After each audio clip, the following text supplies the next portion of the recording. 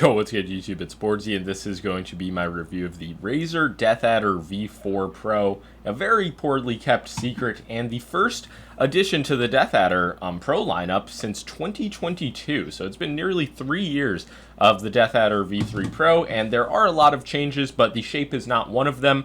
The weight is 57 grams on my scale as opposed to 64 on the V3 version, so it's a nice weight for a larger ergo. I mean, it's a handful of grams lighter than both the GPX Dex, the DAv3 E1, similar to the EC1DW. In hand, obviously, no issues with the weight balancing, and for such a large shape, it doesn't have any type of dense feeling. So yeah, the weight is a good one compared to the mini Deathadder V3 Hyperspeed that launched last year. It only weighs 2 grams more despite the large size difference. This is on a nice Prime Day sale for $75, though it does ship with 1K. That is besides the point. For build quality and just weight in general, Razer could have gotten this lighter, but they do like to use the like environmentally friendly plastics, which are known to be more dense and also more brittle. So it's like tougher to work with, but there's no issues with the quality. I mean, this was the case on the Viper V3 Pro as well. So it doesn't seem like there's any build quality improvements compared to what I'm used to from Razer flagships. But yeah, I guess there was some more like shell creaking and flexing, especially like at this point on the Deathadder V3 Pro. Yeah, with the V4, there's like no creaking, flexing, rattling, and the click quality is once again very solid, very minimal, like side-to-side wobble. You can see a bit of pre-travel, help with like a lighter click feeling. That's another thing. They do have Razer V4 opticals now, and you can really tell the difference when you compare it to the Deathadder V3 Pro. This is like a very dull, mushy version of Razer's opticals. And then even the latest version on the Viper V3 has a much like more crisp feeling, but still the sound is a bit off. And then the latest V4, it does have like a more pingy, kind of high-pitched sound that seems to try to match the GPX opticals. But yeah, regardless, there is a huge difference in tactility between these and the Deathadder V3 Pro. Like I said, the rebound is very quick, but if I had it my way, like designing my dream mouse, I would definitely prefer like DAv3's Huano click implementation or like the Kill GX switches found on Endgame gear. Yeah, Razer is really committed to the full optical lifestyle. They even have an optical scroll wheel now, which companies have avoided for the longest time, mainly due to power concerns, I think, with wireless mice. I mean, Zowie had used them in the past.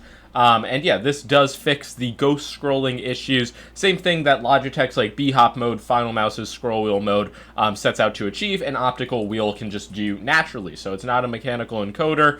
Same like durability benefits as an optical switch. And yeah, I would say like there is maybe a difference in scrolling speed between this and the Deathadder V3 Pro. But yeah, the click is accessible. It's a solid, like, feeling wheel. There's no lack of tactility or really bizarre feeling. I feel like most people, they would not notice this is any different than a standard encoder. And yeah, now for the side buttons, you can see they added a small gap. I mean, this was never an issue for me on the Deathadder V3 Pro, but it was very easy to activate both buttons at once. So maybe that was a complaint. I think the positioning is very good. Whether I'm doing like a claw grip or a palm grip, the side buttons are very accessible. The quality on them is quite literally perfect. There's no like pressing into the shell. There's no side to side movement, no mushiness, really top tier side button implementation. And the coating is the same as the like matte black coating on the Deathadder or the Viper V3 Pro. My apologies. If I had a white unit as well, I would schizo out about the coating differences, but I just can't tell you whether or not the white unit has a different coating. You can see in my hot, humid environment that some prints are picking up, but it's really no big deal. It doesn't get like greasy looking. But yeah, just quickly going back to the side buttons, this is one feature that definitely makes me like this mouse for Fortnite more than some of the other top ergos.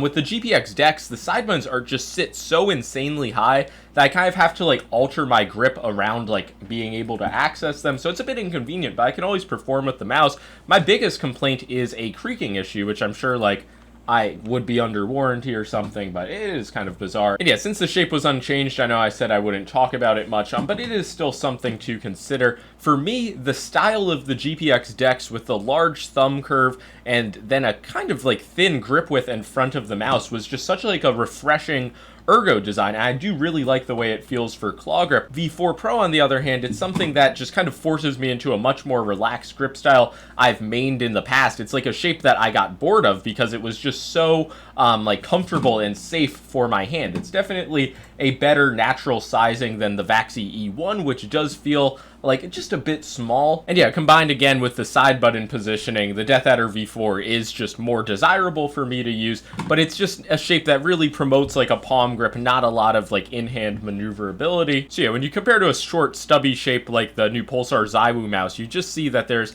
a much more straight sensation, almost like a bar of soap on the Deathadder V4 Pro. And it just comes down to what style of ergo shape you prefer. So yeah, there's not much new for me to add about it. I do notice that due to the width and just like the chunkiness towards the back, sometimes, especially when I'm palm gripping and trying to move the mouse like down and to the left, there will just be like some awkwardness, some inconsistency. So that's really my only gripe. Other than that, it's just like a fine shape.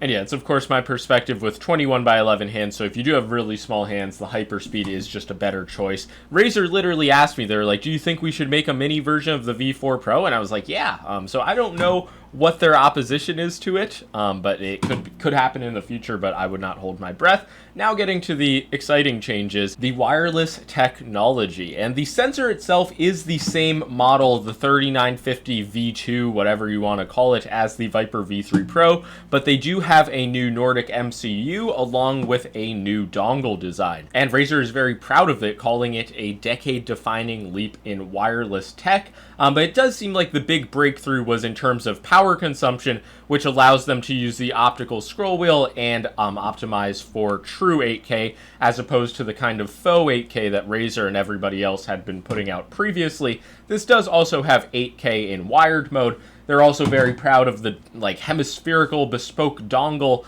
Just the verbiage they use to describe it is kind of absurd, but it does provide better resistance to wireless interference, which is more of a thing at LAN setups unless you just have a ton of wireless devices in your room. But yeah, it does provide a very clean, like solid signal, especially 480 Hz OLED. It does feel insanely clear. I would just be lying though if I said the Hyperspeed Gen 1 Viper V3 Pro at the same polling rate felt like some sluggish, crummy mess. Like, no, the wireless tech is really good, close to one-to-one regardless. Yeah, as a bit of insider info, other companies, not Razer, have told me that they are trying to work with the Nordic MCU and just can't get it to currently. So there clearly is merit to what Razer's doing. This does set like the new benchmark for wireless tech that companies will be trying to implement in the next like 6 months to a year, however long it takes. And since the tech besides the sensor itself is different, they won't be able to get these changes through a firmware update out to the Viper V3 Pro, but that's fine for the Viper V4 launching in spring. Just kidding, unless I'm not.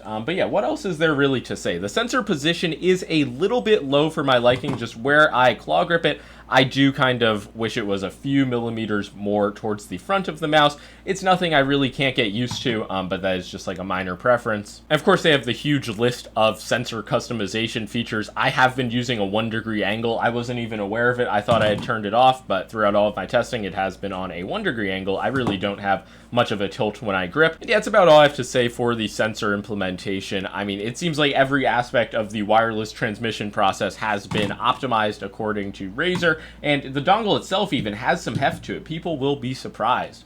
But yeah, moving beyond that, the skates are larger now. They were a much smaller kind of smiley face design on the Deathadder V3 Pro, and now it's just the two larger style skates. These are stock skates. They perform fine on the Artisan Zero. I probably will be getting aftermarket options whenever they become available. So all in all, I think similar to the Viper V3 Pro, this is a very complete product that does not have any outward flaws. Like, sure, if you hate the large ergo design, this isn't for you, and it is a very expensive price at $170. I mean, you can find ergos from like Logitech, Zowie, Vaxi, Pulsar, plenty of other companies well below $140. So this is expensive. They also have the Deathadder V3 Pro on a Prime Day sale for $85, so half of the price.